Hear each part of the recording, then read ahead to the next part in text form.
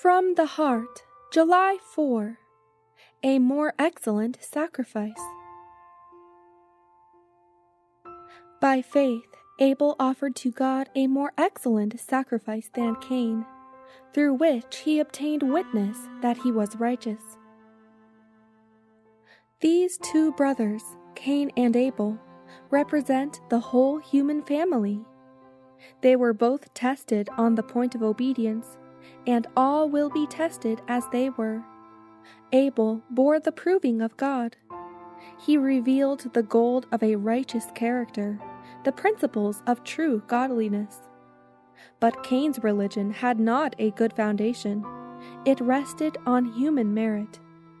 He brought to God something in which he had a personal interest, the fruits of the ground, which had been cultivated by his toil, and he presented his offering as a favor done to God, through which he expected to secure the divine approval. He obeyed in building an altar, obeyed in bringing a sacrifice, but it was only a partial obedience. The essential part, the recognition of the need of a Redeemer, was left out. Both were sinners, and both acknowledged the claims of God as an object of worship. To all outward appearance, their religion was the same up to a certain point of time, but the Bible history shows us that there was a time when the difference between the two became very great. This difference lay in the obedience of one and the disobedience of the other. The Apostle says that Abel offered unto God a more excellent sacrifice than Cain. Abel grasped the great principles of redemption.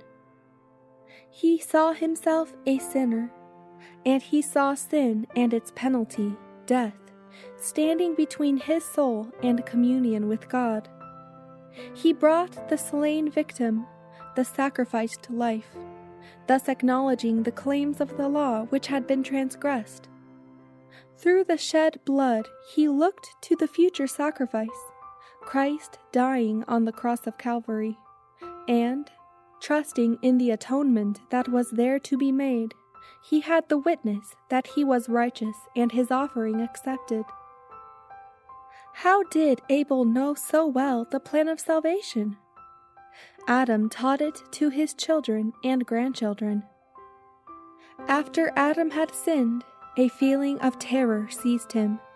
A constant dread was upon him. Shame and remorse tortured his soul. In this state of mind, he wished to be as far removed as possible from the presence of God, whom he had so loved to meet in his Eden home. But the Lord followed this conscience-stricken man, and while he condemned the sin of which Adam had been guilty, gave him words of gracious promise.